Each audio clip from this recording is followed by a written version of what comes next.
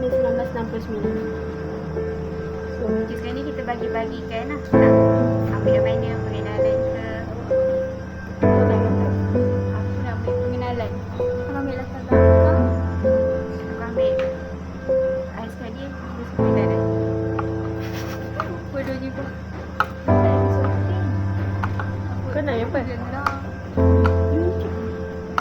Cepatlah. Aku buat yang faktor-faktor dia. Aku ambil kesan dia. Aku cara penyelesaian.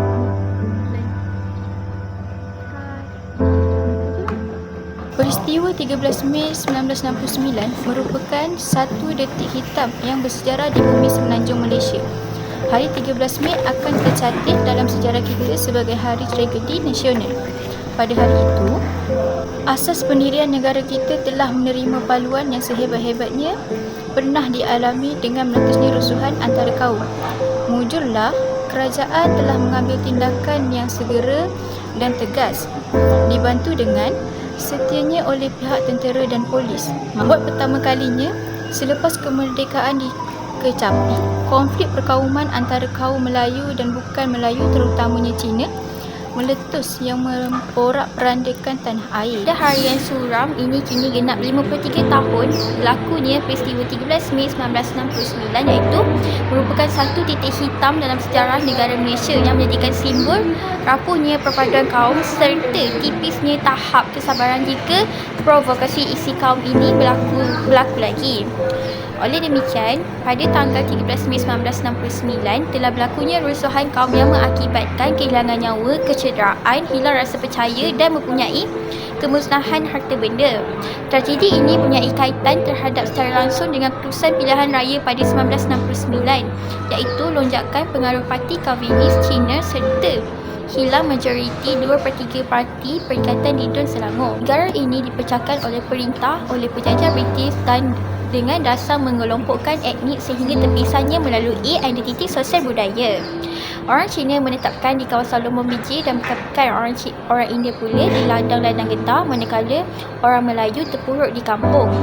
Berikut saya huraikan 3 faktor berlakunya peristiwa tersebut. Yang pertama, perkembangan etnopopulisme, iaitu fahaman yang mengarah kepada pembahagian masyarakat kepada dua kelompok berdasarkan kaum dan agama yang berpotensi bersengketa antara satu sama lain. Orang Melayu berasa mereka tertinggal jauh di belakang dalam bidang ekonomi, lalu diperkenalkan dasar ekonomi baru. Yang kedua, keputusan pilihan raya umum 1969. Lonjakan pengaruh parti Calvinis Cina serta hilang majoriti 2/3 perikatan di Dun Selangor. Perarakan kemenangan sebagai pencetus provokasi besar yang membakar kemarahan kaum Melayu. Akhir sekali, perasaan tidak puas hati terhadap hak istimewa orang Melayu. Parti Tindakan Demokratik DAP telah secara lantang menyuarakan rasa tidak puas hati terhadap apa yang disebut sebagai hak istimewa orang Melayu. Terdapat beberapa kesan negatif setelah berlakunya peristiwa 13 Mei 1969. Antaranya ialah pada waktu malam setelah peristiwa tersebut berlaku, negara telah diisytiharkan darurat. Dengan pengisytiharan ini, Perlembagaan Persekutuan telah digantung. Negara diperintah secara terus oleh Yang di-Pertuan Agong di bawah Undang-Undang Tentera. Oleh itu, Majlis Gerakan Negara Magiran telah dibentuk. Tunku Abdul Rahman telah menarik diri dan mengetahui majlis tersebut. Dalam pada itu, Timbalan Perdana Menteri Tun Abdul Razak telah menggantikan tempat beliau. Demikian itu, Parlimen juga digantung. Sepanjang tempoh darurat, Magiran telah melakukan pelbagai tindakan untuk mencari punca dan penyelesaian agar tragedi tersebut tidak akan berlaku lagi.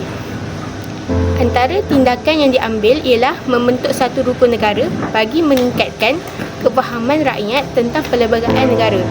Selain itu, peristiwa ini telah menyebabkan sistem masyarakat negara ini yang asalnya sangat taat dan hidup di bawah pemerintahan raja dan sultan telah mengalami satu perubahan yang drastik dan mengejut.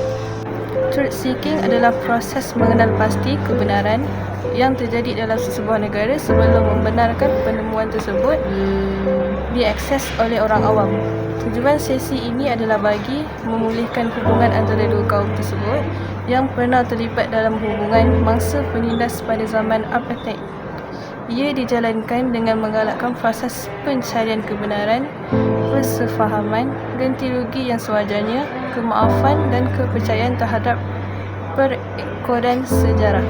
Bagaimanapun, pendekatan yang bersifat menghukum seperti itu tidak dapat memulihkan rasa percaya antara mangsa, penindas dan penyokong mereka. Menurut pengkaji politik dari Universiti Sunway, pendekatan negara luar digagaskan mengikut konteks sosial mereka dan berdasarkan pengalaman mereka sendiri. Oleh itu, pendekatan mereka mungkin tidak sesuai diambil dan dilaksanakan 100% di Malaysia. Di sesetengah negara pula, keadilan peralihan tidak pernah dilaksanakan. Keadilan peralihan merujuk kepada langkah kehakiman dan bukan kehakiman bagi menangani pelanggaran hak asasi manusia. Kesimpulan daripada tragedi 13 Mei 1969. Tragedi 13 Mei menjadi manifestasi penting untuk kita sedar betapa tindakan para pemimpin politik yang menapi-napikan provokasi politik perkauman cukup berbahaya untuk masyarakat majmuk negara ini. Apa yang dirisaukan ialah amalan ini sehingga masih berlanjutan sehingga kini. Masih ada segelintir pemimpin politik yang mengamalkan politik perkauman sekaligus sentiasa mencetuskan perbalahan dalam kalangan masyarakat. Bagi kelompok ini, cita-cita peribadi dilihat sentiasa mengatasi kepentingan rakyat dan negara. Jadi, jika kita mahu terus maju ke hadapan sebagai sebuah negara yang bersatu padu, ambil iktibar dengan peristiwa 13 Mei dan hentikanlah amalan politik perkauman yang jelas mengancam perpaduan rakyat dan keselamatan negara.